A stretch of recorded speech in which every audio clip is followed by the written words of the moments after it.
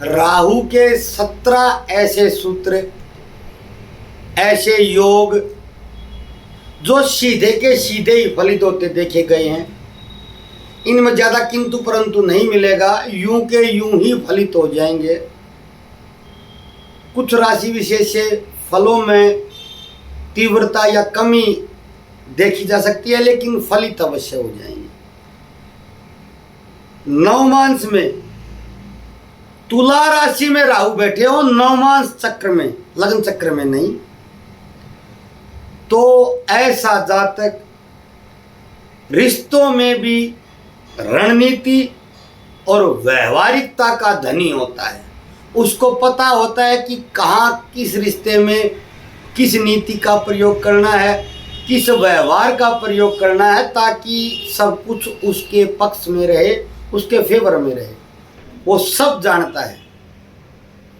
राहु वृषभ राशि में हो, लग्न चक्र में, और अष्टमेश जो अष्टम स्थान का स्वामी है उससे दृष्ट हो, यानी कि अष्टमेश की दृष्टि वृषभ राशि में स्थित राहु पर हो, और ऐसा जातक गुप्त विद्याओं का साधक हो या राजनेता हो, तो जीवन में अभूतपूर्व सफलता प्राप्ति की प्रबल संभावना है। शर्त है कि राहु की महादशा मिल जाए और राजनेता या गुप्त साधक हो। अब नहीं होगा तो फिर तो कुछ मिलेगा नहीं, और होने के लिए तो दशम स्थान और छठा स्थान और अन्य कई स्थान देखे जाते हैं, लेकिन यदि है और राहु की दशा आ गई तो लाभ होगा ही होगा। राहु केतु के नक्षत्र में स्थित हो तो उसको ऐसे कर्मों का दंड भी मिल जाता है जो कभी उसने किए ही नहीं। ऐसी सजाएं पा सकता है जो कार्य उसने न किए हो, जो अपराध उसने न किए हो, जो त्रुटियां उसने न की हो, उसका दोष भी ऐसे जातक पर आता रहता है। राहु दूसरे भाव में हो, शनि अष्टम भाव में हो, तो राहु से सप्तम भाव में शनि केतु होते हैं। तो ये मान लीजिए राहु यदि दूसरे, तो केतु भी अष्टम में होंगे, और यदि शनि भी अष्टम में है, तो ऐसा जातक पूर्व जन्म के कर्मों के दंड ही भोगता रहता है। उसको ऐसा लगता है कि इस जन्म में तो उसने सिर्फ दंड ही भोगे हैं। बड़ा अपमान, बड़ी जिल्लत भरी जिंदगी उसकी होती है। कोई अच्छी महादशा मिल जाए तो कुछ राहत मिल जाती है, और बड़े रोग और कष्ट की संभावना भी ऐसे जातक के जीवन में बार बार बनी रहती है। राहु लाभ स्थान में हो 11 भाव में, और पंचम और नवम भाव में देवगुरु बृहस्पति स्थित हो, ऐसा जातक अपने जीवन में बहुत बड़ी उपलब्धि हासिल करता है।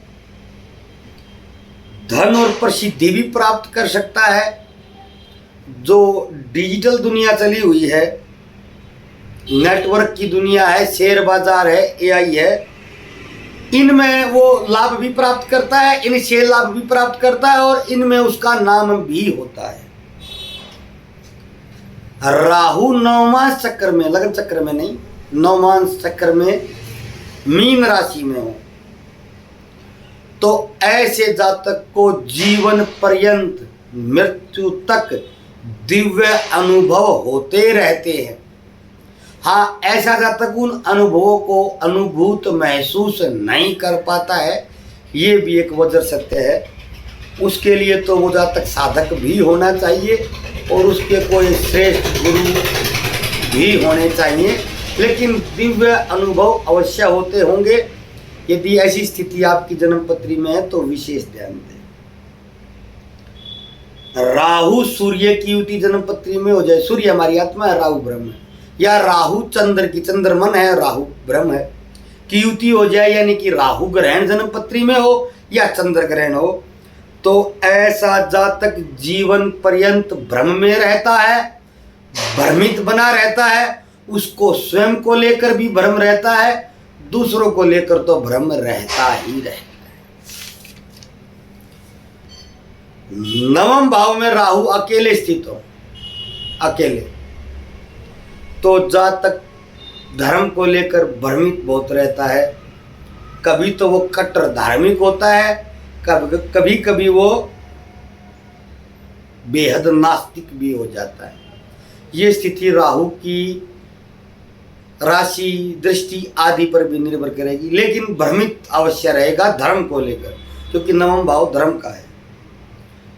राहु 12वें भाव में स्थित हो और देवगुरु बृहस्पति से दृष्ट हो, और देवगुरु बृहस्पति बलवान हो, मजबूत हो, कारक हो, तो यदि ऐसा तक ध्यान, तंत्र, मंत्र या ज्योतिष की साधनाएं करता है या ऐसी विद्याएं सीखता है तो उसको सिद्धि प्राप्त भी होती है, उसको लाभ प्राप्त भी होता है।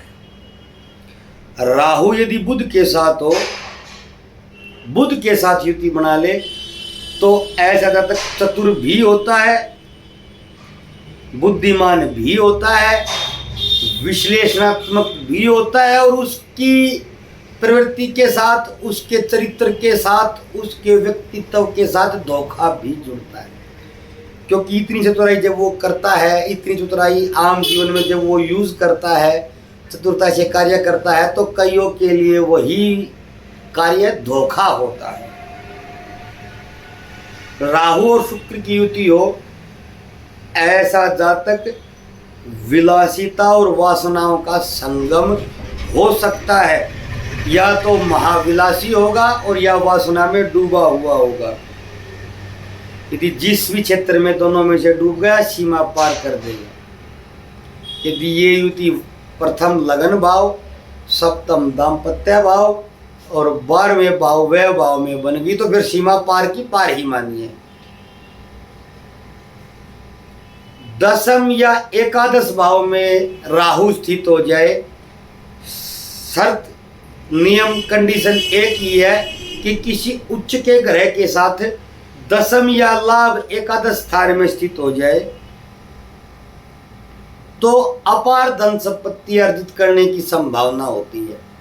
और ऐसी भी संभावना होती है कि आस पड़ोस परिवार वाले आखिर तक ये नहीं समझ पाते कि इसके पास पैसा आ कहाँ से रहा है, ये पैसा ला कहाँ से रहा है, इसका धन का स्रोत क्या है, ये कोई नहीं समझ पाता है, भ्रम बना रहता है। राहु कुंभ राशि, मिथुन राशि या कन्या राशि में दसम भाव में स्थित हो, दसम भाव में राहु हो, कुंभ, मिथुन या कन्या राशि हो, तो ऐसा जातक digital marketing, data, artificial intelligence, AI, trading का मास्टर भी होता है, उसमें महारत भी हासिल करता है। ये सभी विद्याएं यदि वो सीखना चाहे तो उसको सिद्ध भी होती हैं। ऐसा ही कोई योग पूर्णतः तो मिल नहीं रहा है, लेकिन थोड़ा थोड़ा मिलता योग मेरे छोटे भाई की जन्मपत्री में है। आर्टिफिशियल इंटेलिजेंस के विषय में वो इस देश के टॉप 10 में जानने वालों में से है, विशेषज्ञों में से है, हो सकता है टॉप 5, टॉप 3 में ही हो। उसकी लिखी काफ़ी पुस्तकें पूरी दुनिया में पढ़ी जाती हैं।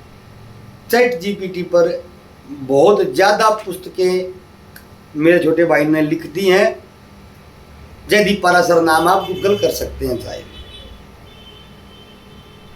सूत्र बताया खाली लाभ स्थान में उसके भी एक ऐसा योग बना हुआ है। राहु छठे भाव में स्थित हो और लाभेश से दृष्ट हो,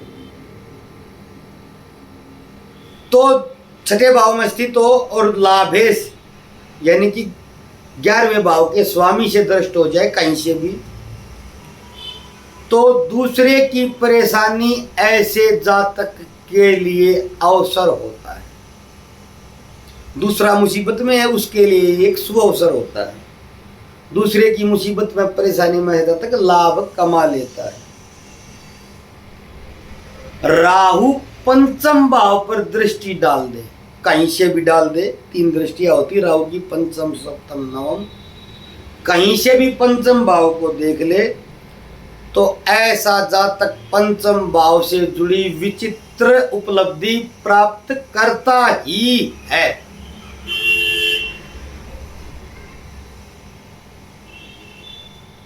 राहु पर गुरु की दृष्टि हो और गुरु कमजोर होने चाहिए, बलवान गुरु नहीं हो। राहु पर कहीं से गुरु की दृष्टि और गुरु कमजोर अवस्था में हो तो ऐसे जातक को अपने भ्रम ही सत्य लगते हैं। उसको लगता है कि ये जो मैं कह रहा हूं ये भ्रम नहीं सत्य है। पूरी दुनिया चाहे उसको भ्रम मानती रहे, लेकिन ऐसा जातक अपने भ्रम को सत्य मानता है, अपने भ्रम में ही जीता है और उसी में निकल लेता है, सारी उम्र भ्रमित रहता है। बलवान गुरु यदि हुए तो भ्रम टूट जाता है। आज के ये 17 सूत्रों पर ये वीडियो था, आशा है आपको पसंद आएगा। कोई भी भ्रामक खबर न फैलाएं, न पोस्ट करें, किसी धर्म जाति को टारगेट करके कोई पोस्ट कोई बयान न दें। देश की सेना या सरकार के प्रति भी कोई बयान न दें। आप मेले में नहीं है, नौटंकी में भी नहीं है, आप युद्ध में हैं। युद्ध होता है, मनोरंजन और वीडियो का गेम नहीं होता है। इस बात को ध्यान रखें। किसी भी स्थिति में ऐसा कोई काम न करें कि या तो देश की स्थिरता पर कोई संकट आए और आप तो फंस ही जाएंगे, आपकी रक्षा करने वाला कोई नहीं मिलेगा। इस समय पर यदि नोटिस कर लिया किसी के बयान को तो ऐसा टांग दिया जाता है, जो तुर्रम खाई या चौधराई या जो भी उसको ओढ़े हुए है वो पूरी उम्र देखने में नहीं मिलती, क्योंकि ये राष्ट्रद्रोह का मामला माना जाता है। हमेशा सधे न पे तुले बयान दे और सधे न पे तुले न दे पाए तो मौन रहे। ये राष्ट्रव्यापी संकट की स्थिति है, तो राष्ट्र पर संकट होता तो हम पर भी होता ही है। ध्यान रखें, राष्ट्र की सुरक्षा तो है ही, मेरे शब्दों में छिपे हुए भाव को समझे, आपकी सुरक्षा भी है। औलाद दिए जाएंगे तो पूरी उम्र जमीन देखने को और सूर्य देखने को तरस जाएंगे। धन्यवाद। जय भोलेनाथ, जय जगन्नाथ।